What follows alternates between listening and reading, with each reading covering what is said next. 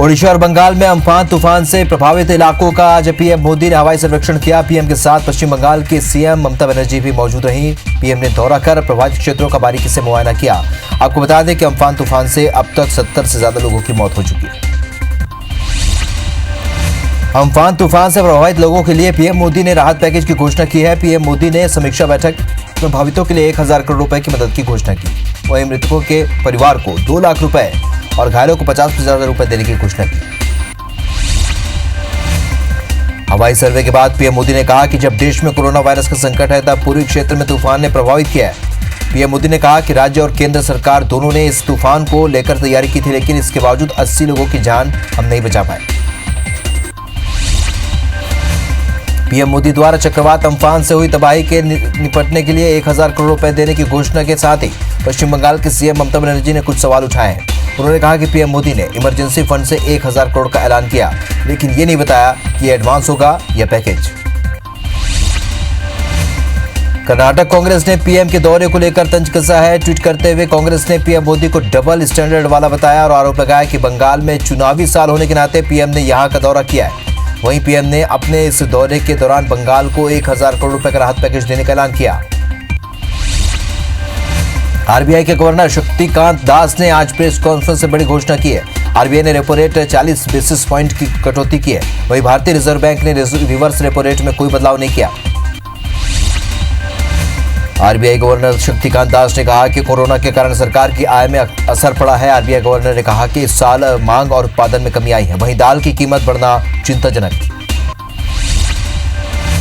RBI governor Shaktikanta Das ने कहा कि भारत में विदेशी मुद्रा का भंडार बढ़ा है और लेकिन इस साल जीडीपी ग्रोथ रेट नेगेटिव रहेगी। आरबीआई गवर्नर ने कहा कि देश में मांग और उत्पादन में कमी आई।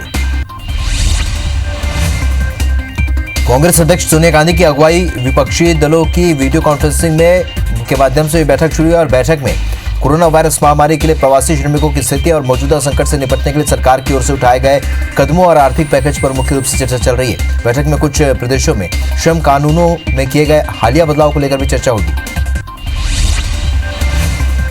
दुनिया भर में 52,18,000 से भी ज्यादा कोरोना के मामले सामने आए हैं। वहीं अब तक 20,97,000 से ज्यादा लोगों ने कोरोना से जंग भी जीती है।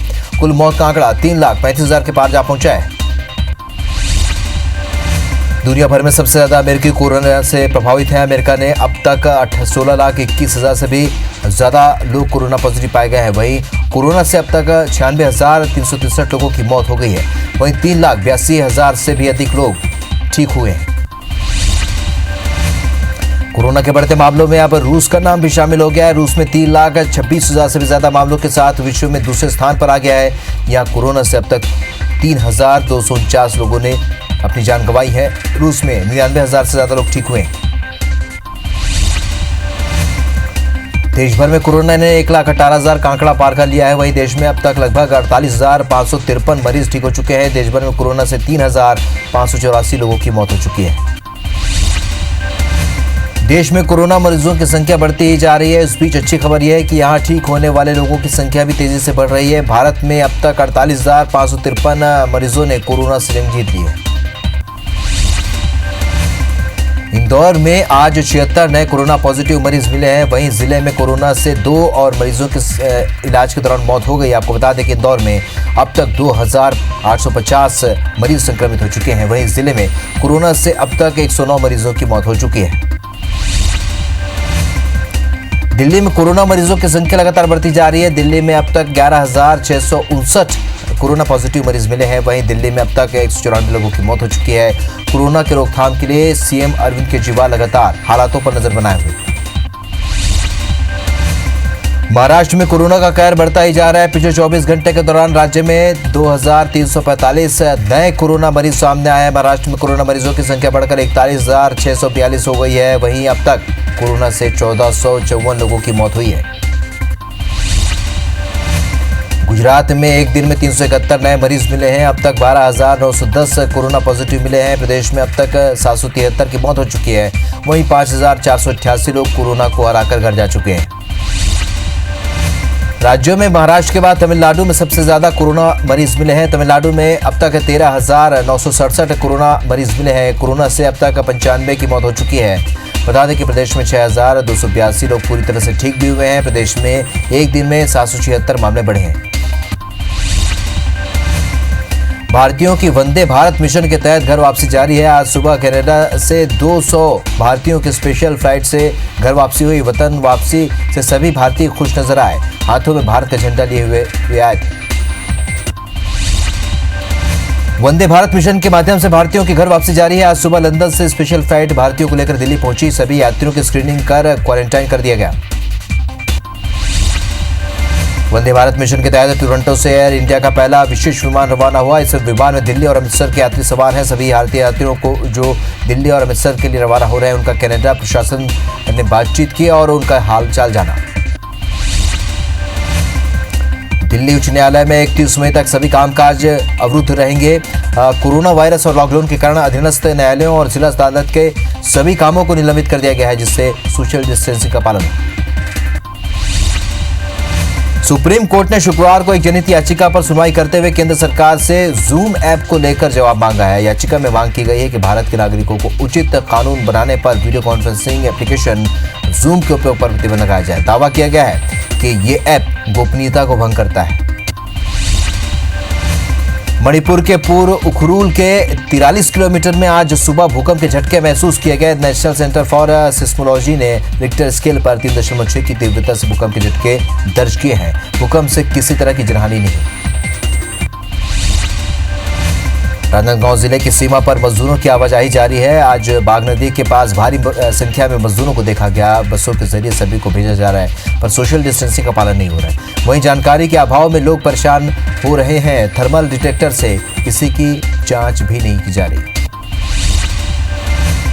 इंदौर से कोरोना के बीच राहत देने वाली खबर सामने आई है। 100 साल की बुजुर्ग महिला ने कोरोना को हरा दिया है और बुजुर्ग महिला को ठीक होने के बाद आज अरविंद अस्पताल से डिस्चार्ज किया गया।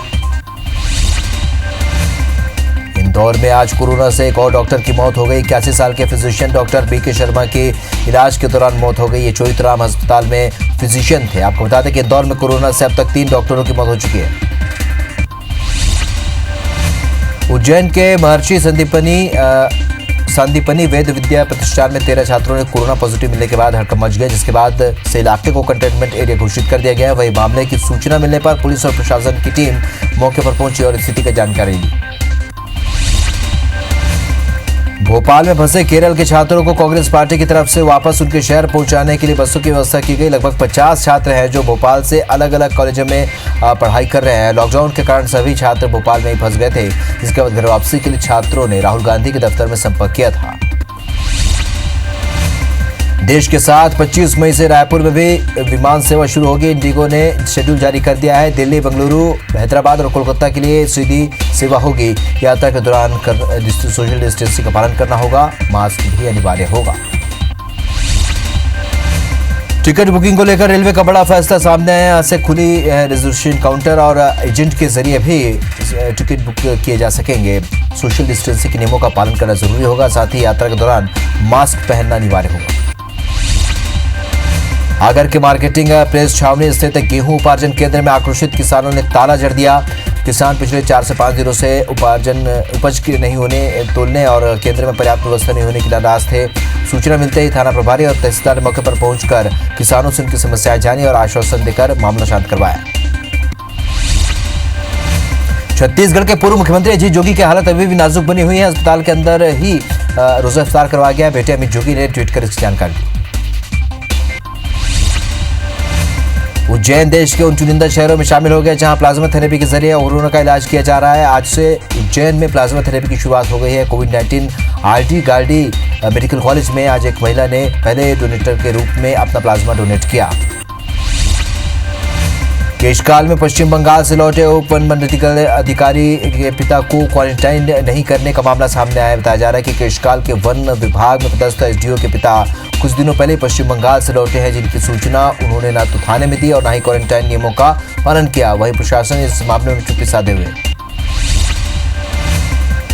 आबकारी मंत्री कवासी लखमा की शिकायत पर बस्तर कमिश्नर ने दरभा तहसीलदार को निलंबित कर दिया है। तहसीलदार पर आरोप था कि वो सड़क निर्माण में लगी वाहनों को रोककर उनसे अवैध वसूली करता था। तहसीलदार की शिकायत के बाद बस्तर कमिश्नर ने तहसीलदार पंकज सिंह को निलंबित कर दिया। कोरबा पुलिस ने खनिज माफियाओं के खिलाफ शिकंजा कसना शुरू कर दिया है। पुलिस ने रेत के उत्खनन में लगी एक पोकलेन सहित 18 हाइवा को जब्त किया है। वही मामले में पुलिस ने RKTC कंपनी और मालिक के खिलाफ FIR दर्ज किया है। कार्रवाई के बाद से कोरबा इलाके में सक्रिय खनन माफियाओं के बीच हड़कंप मचा हुआ है।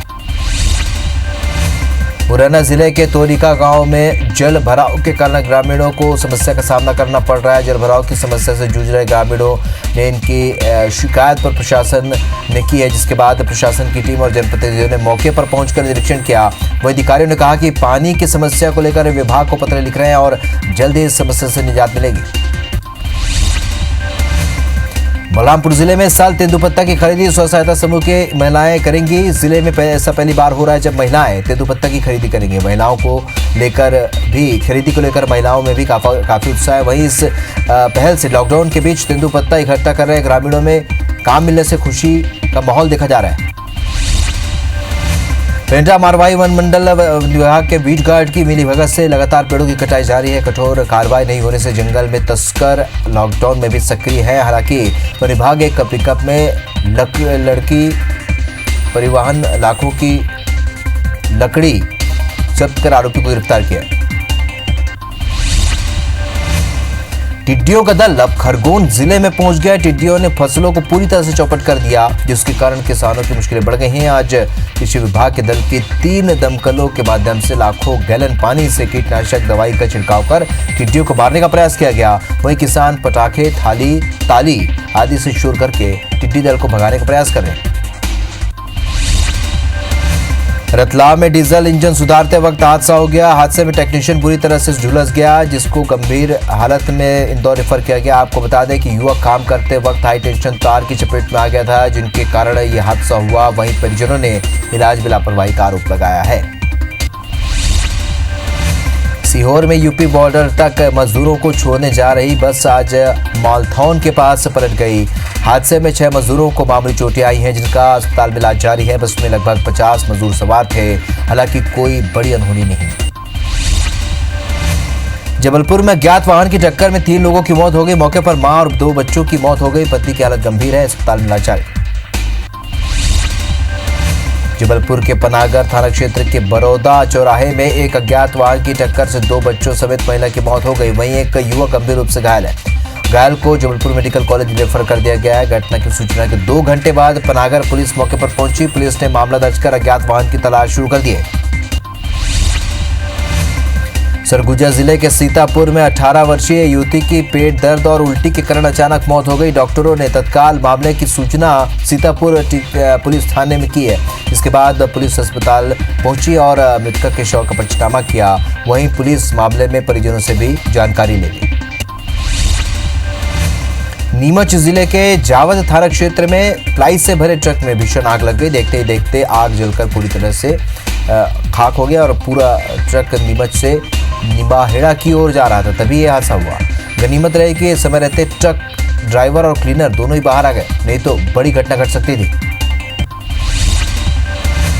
लोरमी पुलिस को बड़ी कामयाबी मिली है। पुलिस ने वन विभाग की टीम पर हमला करने वाले 13 आरोपियों को गिरफ्तार कर लिया। आपको बता दें कि लकड़ी तस्करों ने वन विभाग और ATR की टीम पर 19 मई को हमला किया था। धमतरी के बिरेझर में नाबालिग का अपहरण कर दुष्कर्म का मामला सामने आया है। आरोपी युवक नाबालिग युवती को जबरदस्ती अपने साथ लेकर गया था। परिजनों की शिकायत के बाद पुलिस ने गुमशुदगी का मामला दर्ज कर आरोपी युवक को गिरफ्तार कर लिया है। देश में आज अनेक जगहों पर वट सावित्री पूजा अवसर पर महिलाएं वट वृक्ष की पूजा कर रही हैं और शादीशुदा महिलाएं पूरी तरह से तैयार होकर वट वृक्ष की चारों ओर फेरे लगाई और विधि विधान के साथ पूजा कर पति के दीर्घायु की कामना की।